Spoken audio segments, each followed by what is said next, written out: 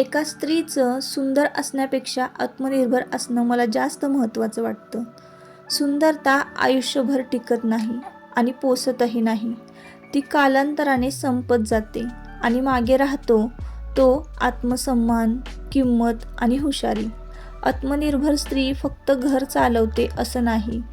ती स्वतःचा आत्मविश्वास आणि सन्मान बाळगून असते. तिचा आत्मनिर्भरपणा तिला उमेद देतो, उभारी देतो आणि विशेष म्हणजे अस्तित्व देतो.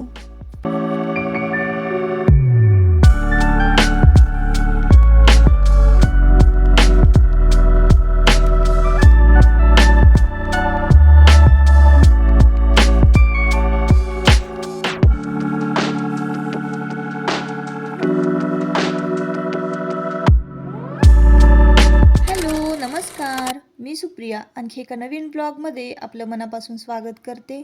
तुम्हाला आजचा दिवस सुखाचा, आनंदी आणि आरोग्यदायी जाओ. तुम्ही जी काही स्वप्न पाहिली असतील ती सगळी स्वप्न तुमची पूर्ण होत. त्याचबरोबर शुभ सकाळ सर्वांना. तर सकाळची वेळ आणि 10:30च्या आसपासचं हे टायमिंग असावं बरं का. सगळं झालं आहे म्हणजे ना, स्वयंपाक नाश्ता हे सगळं झालं आणि डाळ भात लावलेला आहे. डाळ भात म्हणजे मुगाची डाळ घालून खिचडी केलेली आहे. सासूबाईंना हॉस्पिटलमध्ये डबा द्यायचा आहे त्यासाठी. आणि डाळ भात लावला कुकरला आणि बाहेर आले लोटझाड करायला.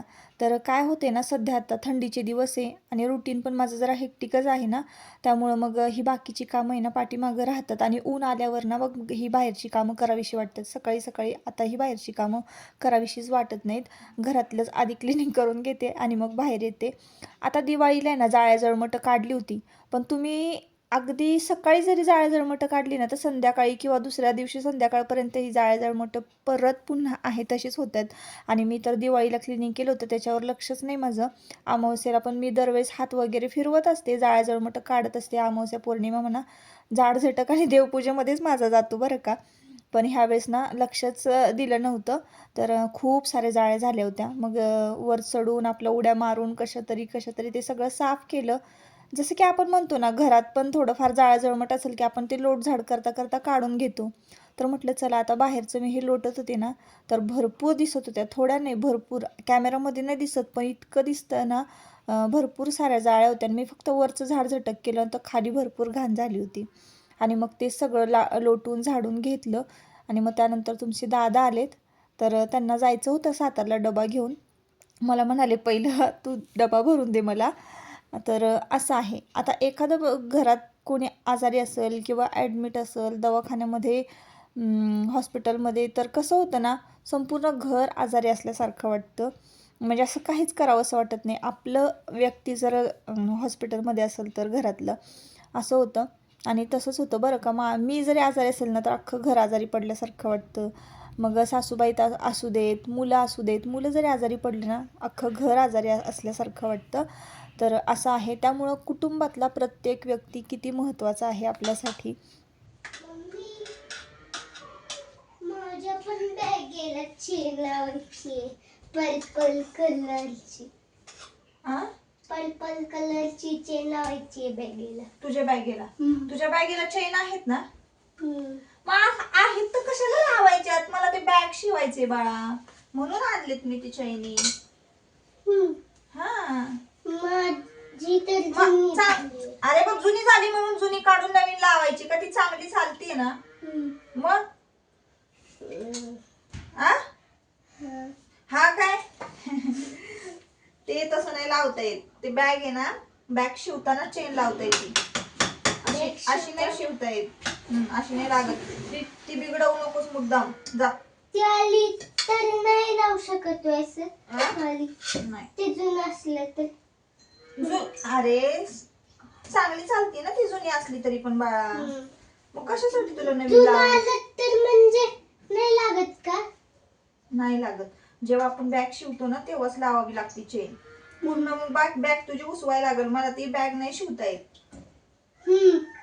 छोट्या छोट्या लेडीज शिवता येतात पर्स, स्कूलच्या नाही.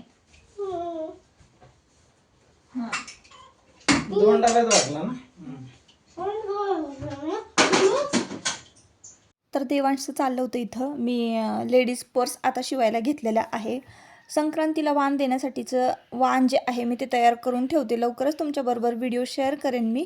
तर त्याच्यासाठी मी चैनीचा जो बंडल आहे ना, झिप तर ते आणून ठेवलं होतं आणि त्याला ते त्याच्याच बॅगला लावायचं होतं असं चाललं होतं. आणि तुमच्या दादांची पण इकडे काहीतरी मजा मस्ती चालू होती, काहीतरी बोलतात आणि मग मला हसायला येतं, असं होतं. तर आता दोन्हीही डब्यांमध्ये ना मुगाचा भात मागवला होता.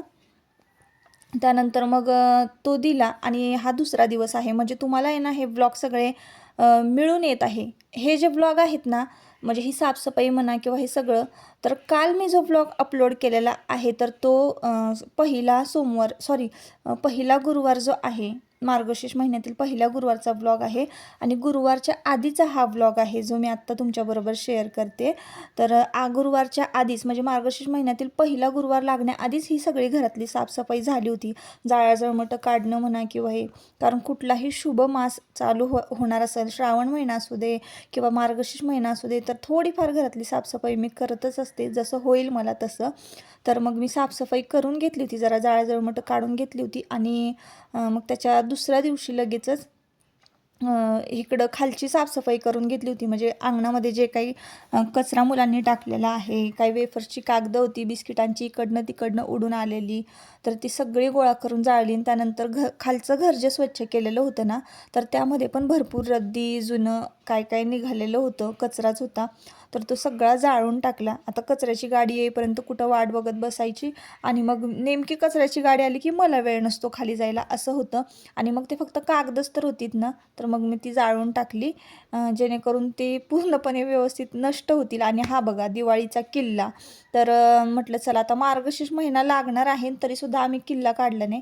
आणि हे अमावस्या झाली त्याच्या दुसऱ्या दिवशी देवदिवाळी होती. देवदिवाळीपर्यंत दिवाळीचं जे काही आकाशकंदील, लाईटिंग, माळा, फुलांच्या माळा, हे सगळं आपलं किल्ला तर बोलताना गडबड होते, किल्ला हे सगळं तसंच असतं ताईंनो आमच्याकडे. आणि त्याच्यावर सैनिक तर फक्त ठेवलेलेच असतात, उभेच असतात देवदिवाळीपर्यंत. आणि दिवे वगैरे लावायची, रांगोळी काढायची, हेच काम चाललेलं असतं रोज, असंच असतं. तर देवदिवाळीपर्यंत आम्ही हे सगळं ठेवतो आणि देवदिवाळी झाल्यानंतर हे सगळं आम्ही किल्ला म्हणा किंवा जे काही डेकोरेशन केलेलं आहे ते सगळं आवरून घेत असतो. तर हे देवदिवाळीच्या दुसऱ्या दिवशीचाच व्लॉग आहे बरं का, शूट केलेले व्हिडिओ क्लिप. तर चला म्हटलं हा किल्ला जो आहे ना सगळा पटापट आवरून घेऊया. खूप सारा जागा आहे ना अडून राहिलेली होती, म्हणजे गाड्या व्यवस्थित लावता येत नव्हत्या अंगणामध्ये आणि तिथंच भरपूर घाण झाली होती. त्याच मातीमध्ये मुलांनी भरपूर कागदं वगैरे टाकली होती आणि तुमचे दादा पण माझ्या मदतीला होते. त्या अर्थी एक बरंच झालं, कारण खूपच जड होतं सगळं. म्हणजे विटा म्हणा, दगडं म्हणा, हे सगळं उचलायचं आणि हे सगळं कष्टाचीच कामं आहेत. ते कामं आहे ना करून करून थकतं खरं तर माणूस, असं आहे. तर असो, तर पुन्हा एकदा महत्त्वाच्या मुद्द्याकडे येते. आपण कांदा, लसूण, मसाला आणि हळद याचा व्यवसाय चालू केलेला आहे, घरगुती व्यवसाय. ज्या कोणाला कांदा, लसूण, मसाला आणि प्युअर ओरिजिनल अगदी 100% प्युअर हळद हवी असेल तर नक्की मला मी डिस्क्रिप्शन बॉक्समध्ये ना कॉन्टॅक्ट नंबर दिलेला आहे, व्हॉट्सॲप नंबर, त्यावर मला मेसेज करा. अजून काही हवं असेल, दाराची तोरणं हवी असतील, नाहीतर मग छोट्या छोट्या वाणाला देण्यासाठी हँडबॅग वगैरे ज्या आहेत त्या मी तयार करणार आहे. चपाती कवर आहे ते तयार करणार आहे. तर मी सॅम्पल खरं तर तुमच्याबरोबर शेअर करेनच एखाद्या व्हिडिओमध्ये, कारण त्यावर माझं काम चाललेलंच आहे, असं अर्धवट तुम्हाला नाही दाखवू शकत. पण एक आपलं सांगायचं म्हणून तुम्हाला या ब्लॉगच्या माध्यमातून सांगते की तुम्हाला जर काही हवं असेल ना, नक्की मला त्या व्हॉट्सअप नंबरवर कॉन्टॅक्ट करा आणि बोला माझ्याबरोबर. तर असो, आता इकडे सगळं माती वगैरे भरून घेतली आणि चला मग म्हटलं हे सगळं धुवून घेऊया.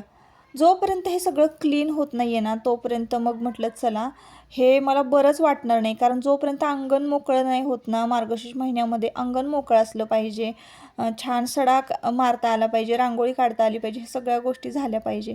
तर यांनी इतकी माती वगैरे पसरवली होती ना, इतकं ते म्हणजे अवघड जात होतं सगळं क्लीन करायला. तर एका ताईंनी आहे ना मागच्या वेळेस किचन क्लीनरचं ते लिक्विड जे आहे त्याचा फोटो मागवला होता. त्याचा फोटो मी इथे साईडला शेअर करते. हे लिक्विड काम कसं करतं मी खूपदा व्हिडिओमध्ये सांगितलेलं आहे, कदाचित त्यांनी तो पाहिला नसावा. तर हे फक्त तेलकटावरच काम करतं. तुमची किटली जर असेल तेलकटाची त्यावर तुम्ही मारून ठेवा.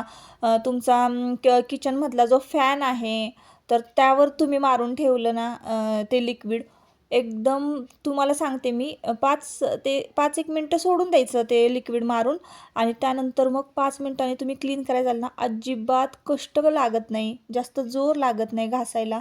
इझिली त्या वस्तू क्लीन होतात. आता किचन कट्ट्यावरचे डाग असू द्या तेलकटाचे, गॅसवर ते चालतं, चिमणीवर तुमच्या किचनमध्ये जी चिमणी आहे त्याच्यावर सुद्धा ते चालतं, खिडकीवर. हे सगळं एखाद्या ब्लॉगमध्ये मी करेनच शेअर तुमच्याबरोबर आणि केलेलं सुद्धा आहे.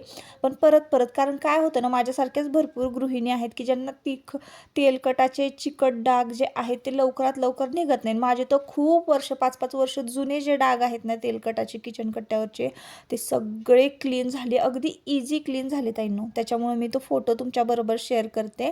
त्याचा स्क्रीनशॉट घ्या, पाहिजे तर लिंक देते डिस्क्रिप्शन बॉक्समध्ये, कारण शॉर्ट व्हिडिओमध्ये जर मी तुमच्याबरोबर लिंक शेअर केली ना ती क्लिकेबल नसते.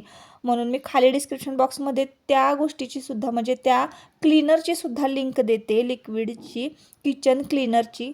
तर तुम्ही नक्की जाऊन तिथे क्लिक करा आणि बघा ते लिक्विड कसं आहे. मला वाटतं फ्लिपकार्टवरनं मागवलेलं आहे. तर असो, आता ना पाईप लावून घेतली, बोर चालू केली आणि सगळं अंगण ना छान भिजवून घेतलं. एकदा का सगळं अंगण व्यवस्थित भिजवून घेतलं ना की मग माझ्या हातात तुम्ही ब्रश पाहत असाल तर तो ब्रश मी फ्लिपकार्टवरून मागवलेला आहे. एवढा काही कामाचा वाटत नाही मला, व्यवस्थित काही काम होत नाही. पण म्हटलं चला, जास्त वाकून घासण्यापेक्षा आहे ना ते आपलं थोडंसं वाकून घासलं ना तरी ते निघून जाते. आणि खाली जे फरशी आहे ना ती घासण्यासाठीच मी ही ब्रश हा जो मागवलेला आहे. तुम्हाला जर पाहिजे असेल तरी लिंक मी देईन खाली डिस्क्रिप्शनमध्ये, पण मला काय एवढा बरोबर वाटला नाही तो. तर सगळी फरशी जी आहे ती घासून घेतलेली आहे. आणि तुळस बरेच दिवस झालं वाळली होती वृंदावनातली.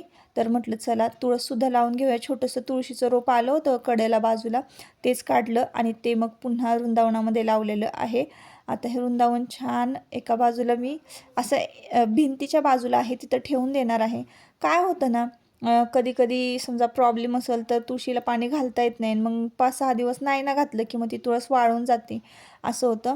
आणि जवळजवळ आहे ना माझी तुळस जी आहे 5 ते 6 वर्ष व्यवस्थित राहते बरं का, अजिबात काही होत नाही, खत नाही घातलं तरीसुद्धा. पण आता ही तुळस जी आहे ती नवीन लावलेली आहे आणि अशा पद्धतीनं खालचं सगळं क्लिनिंग करून घेतलं. एवढं बरं वाटतं ना ताईंनो हे क्लिनिंग झाल्यानंतर, मला खूप छान वाटतं, इतकं मोकळं मोकळं वाटतं ना. अंगण जसं घर स्वच्छ आपण म्हणतो ना तसं अंगण स्वच्छ असलं तर खरंच छान वाटतं. थोडंसं मला वाटतं की माझं हा अंग दुखतंय, हे होतंय, ते होतंय, पण इतकं भारी वाटतं ना खरंच. सगळीकडे मस्त थंडगार आणि चकाचक दिसतं. आता ही पाईपसुद्धा छान गुंडाळून धुवून ठेवली एका बाजूला. आणि देवाची ना सायकल इतकी नाचते ना मध्ये मध्ये, जिथं मी गाडी लावते ना तिथंच त्याला त्याची सायकल लावायची असते, म्हणून मग ती आणली ओढत ओढत आणि एका बाजूला ठेवली. तर असो, आता आजच्या ब्लॉगचं शेवट मी इथंच करते. परत आपण पुन्हा भेटूया नवीन एका ब्लॉगमध्ये. तोपर्यंत स्वतःची काळजी घ्या आणि मजेत राहा. Bye bye.